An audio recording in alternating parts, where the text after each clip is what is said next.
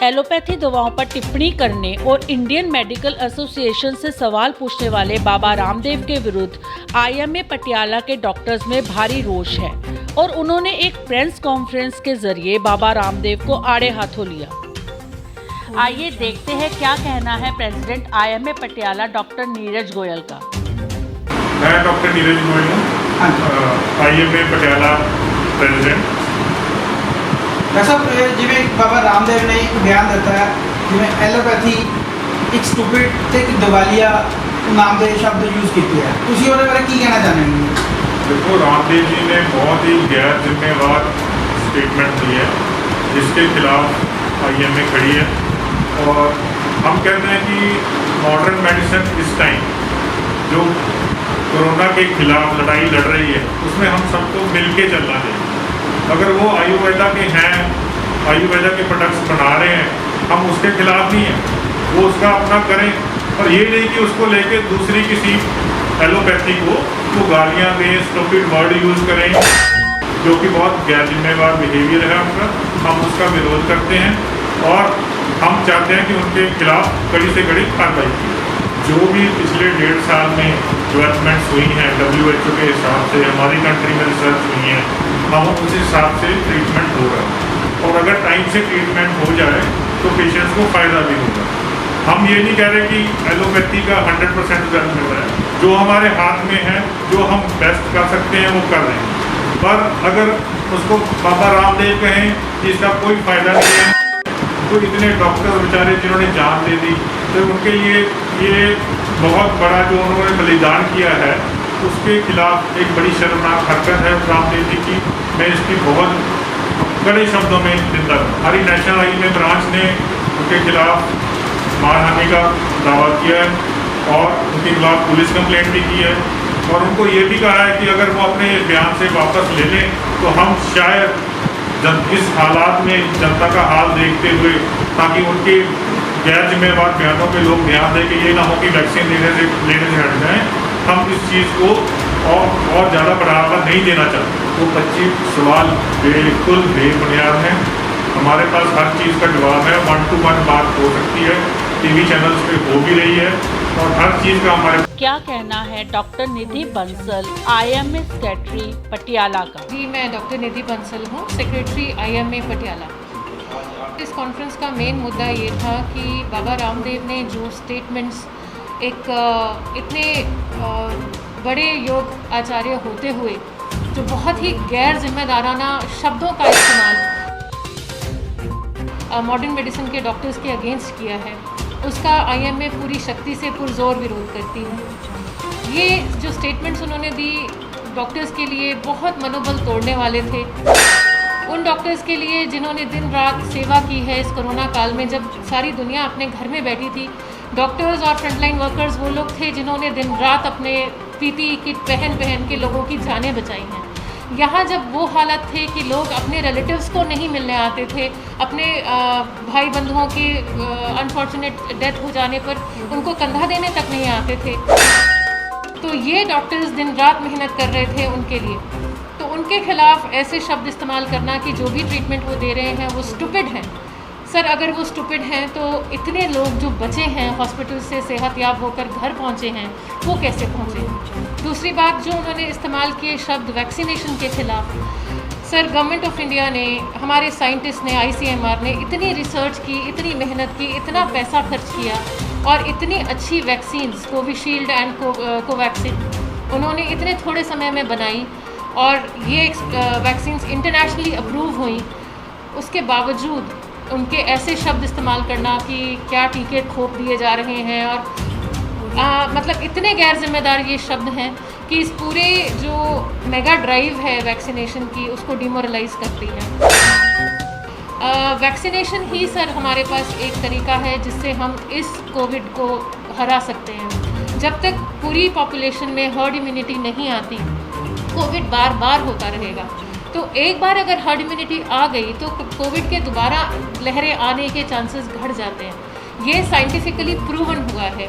इतनी बड़ी रिसर्चेस ने ये प्रूव किया है कि जब तक हर्ड इम्यूनिटी नहीं आएगी और उसका एक ही तरीका है वैक्सीनेशन, तब तक हम कोविड को हरा नहीं पाएंगे। और बाबा रामदेव ने उसी वैक्सीन के अगेंस्ट इतना जहर लोगों के मन में डाल दिया है कि लोग डरने लगे हैं वैक्सीनेशन से।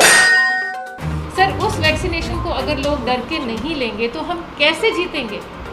तो ये शब्द उनको अपने सुधारने चाहिए। उन्हें कहना चाहिए कि हाँ, मैं गलत हूँ, मैंने वैक्सीनेशन के खिलाफ गलत बोला है। वैक्सीनेशन ही एक तरीका है कि हमने कोविड को जीतना है। ब्लैक फंगस की बीमारी तेजी से फैल रही है। डॉक्टर अतुल कक्कड़ ने आम जनता को इससे बचने के कुछ सुझाव दिए। मैं सब लोगों को ब्लैक फंगस या म्यूकरमाइकोसिस के बारे में 2-4 बातें बताना चाहूँगा। सबसे पहले तो ब्लैक फंगस कोई नई बीमारी नहीं है, ये आम फंगस है जो पहले ही हमारे हाथों में, सिर में, बालों में, नाखूनों में होती थी। तो ये थोड़ा कोरोना के टाइम पे हमारी अंदरूनी शक्ति, इम्यूनिटी कम होने की वजह से और कुछ ऐसे जब भी हम बीमार पड़ते हैं तो ये फंगस थोड़ी ज़्यादा हो जाती है। उस कंडीशन में इसकी स्पेसिफिक मेडिसिन हैं, स्पेसिफिक ट्रीटमेंट है, जो आप टाइम रहते हैं हमें पता लग जाए तो जान बचनी संभव है और हम हर तरीके से इसे ठीक कर सकते हैं। बट ब्लैक फंगस के डर से आजकल काफ़ी लोग हॉस्पिटल में जाना शुरू हो गए हैं कि हम इसके लिए कैसे प्रिवेंशन करें, कैसे से बच सकें, और हमें अगर कोई दवाई पहले लेनी है तो ले लें। तो ये चीज़ जाननी ज़रूरी है कि आपने फंगस के लिए कोई भी प्रिवेंटिव मेडिकेशन नहीं करनी, सिर्फ आप अपने इम्यूनिटी को अच्छा रखना है, अपनी एक्सरसाइज करें, अपनी शुगर कंट्रोल रखें, डॉक्टर की प्रिस्क्रिप्शन के बिना कोई भी केमिस्ट शॉप से या किसी भी अपने फ्रेंड से, फैमिली से जो उन्होंने मेडिसिन ली हैं वो पूछ के किसी तरह की कोई मेडिसिन ना लें। हर इंसान की स्पेसिफिक ट्रीटमेंट है। कोरोना होने पे अगर किसी और ने स्टेरॉइड्स लिए हैं, आपको ज़रूरत नहीं है तो आप प्लीज़ ना लें। जो भी ब्लैक फंगस या म्यूकरमाइकोसिस बढ़ रही है, ये अनप्लान्ड ट्रीटमेंट करके जो लोग घर पे ही बैठ के स्टेरॉइड्स ले लेते हैं, मेरे किसी रिलेटिव ने ये दवाइयाँ ली थी, मैंने डॉक्टर के पास नहीं जाना, हॉस्पिटल में नहीं जाना, वही मेडिसिन ले लेते हैं। सो हम खुद ही अपनी सेहत को ख़राब कर रहे हैं। सो किसी तरह की कोई दवाई ना लें। इसके स्पेसिफिक जो सिम्टम्स हैं, सबसे पहले अगर आपके कमज़ोरी है, आपको शरीर में आपके कोई भी बीमारी है, कोई कैंसर है, कोई शुगर है, कोई पुरानी दवाइयाँ चल रही हैं, अगर आपको ज़ुकाम रह रहा है, आपके दांत हिल रहे हैं, अगर आपको आँखों के आसपास स्वेलिंग आ रही है, आपको दो दिख रहे हैं, तो आप डेफिनेटली डॉक्टर को मिलें और आप अपना ट्रीटमेंट लें। अननेसेसरी आप किसी भी हॉस्पिटल में सिर्फ म्यूकरमाइकोसिस या काले फंगस के जांच के लिए ना जाएं। ब्लैक फंगस से आदमी के शरीर को क्या क्या नुकसान होता है? सर, ब्लैक फंगस जो है ज़्यादा फेस के एरिया को असर करती है। सबसे पहले ये इन्वॉल्व करती है दांतों को। आपके दांत हिलने शुरू होते हैं और कुछ इस लोगों को ज़ुकाम होता है या पिछले गले में रेशा गिरता है। कई लोगों को आँखों की भी प्रॉब्लम आ जाती है, आपके दिमाग की नसें चलनी बंद हो जाती हैं। तो इस कंडीशन में जैसे ही आपको अर्ली साइन चलते हैं इन सब में से, या आपकी इम्यूनिटी कम है, तो डेफिनेटली आप डॉक्टर के पास जाएं। बस प्रिवेंशन के लिए किसी भी तरह की कोई दवाई आप बिना डॉक्टर के प्रिस्क्रिप्शन के ना लें। अगर बहुत एडवांस स्टेज पे आप जाते हैं, हम कई बार डॉक्टर के पास जाने से डरते हैं। अगर हम एडवांस स्टेज में जाएंगे, जब फंगस ब्रेन में फैल गई, उस कंडीशन में थोड़ा मुश्किल हो जाता है, बिकॉज जो भी फंगस की दवाइयाँ हैं उनको असर करने में टाइम लगता है। अगर आप अर्ली स्टेजेस पे डॉक्टर के पास जाते हैं तो इसकी मेडिसिन अवेलेबल है, आप 100% बच सकते हैं। आजकल टेस्टिंग को लेकर भी लोगों में कई तरह की भ्रांतियां हैं। आइए देखते हैं क्या कहना है डॉक्टर मीनाक्षी बंसल सिंगला। मेरा नाम डॉक्टर मीनाक्षी बंसल सिंगला है। मैं एक पैथोलॉजिस्ट हूँ और आज मैं लोगों के सामने जो टेस्टिंग के खिलाफ जो लोगों के दिमाग में बहुत डाउट्स हैं, मैं उनको क्लियर करना चाहूँगी। बेसिकली आज की डेट में हम लोग 2 तरह से टेस्ट कर रहे हैं, रैपिड एंटीजन टेस्ट कर रहे हैं और RT-PCR कर रहे हैं। रैपिड एंटीजन टेस्ट के रिजल्ट्स बहुत जल्दी आ जाते हैं, RT-PCR को 1 से 2 दिन, कभी कभी 3 दिन भी लग जाते हैं।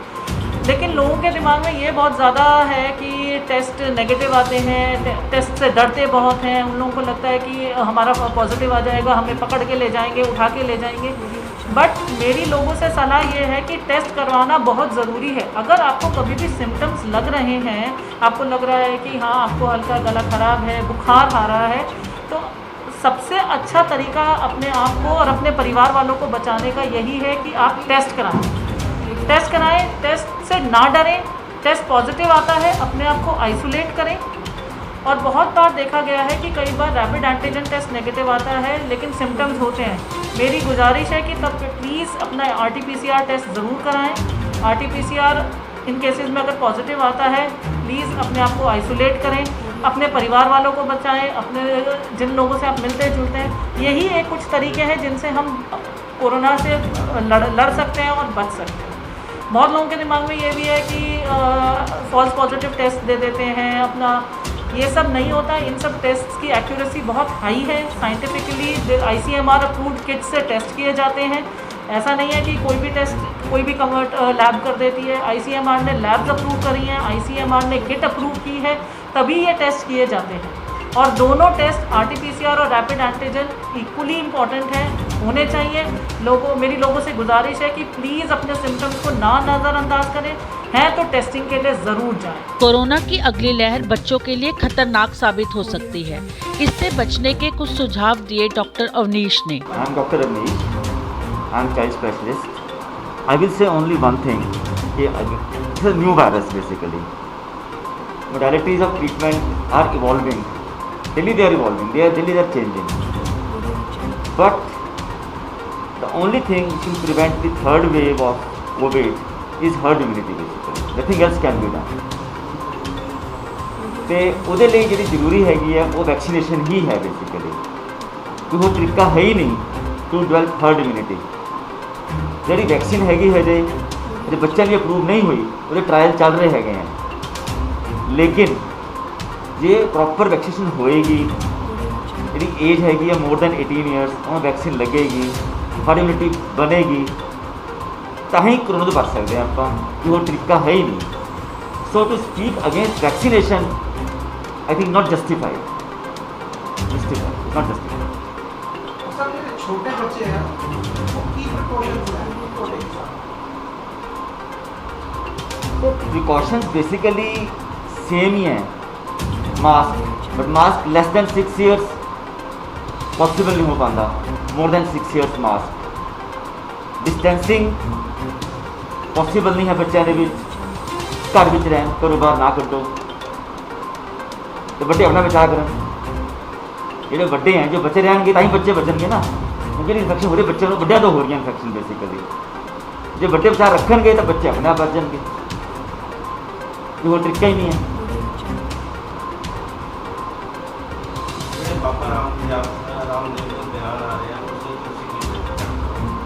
समझ वाले बोल चुके हैं कि अगेंस्ट वैक्सीनेशन बोलना is not justified. Is the only answer to corona, is no other answer. लोग पहले ही अगेंस्ट है वैक्सीनेशन के, उन्होंने पहले झिझक है वैक्सीन के बारे। जो कि इन्ना बड़ा बंदा वो अगेंस्ट बोलता है तो लोग होर डरते हैं इस वैक्सीन को। ये साइड इफेक्ट्स हैं जी, ये हैं जी, कोई फायदा नहीं है जी। So it won't be serving the purpose basically. Message देना चाहोगे कोई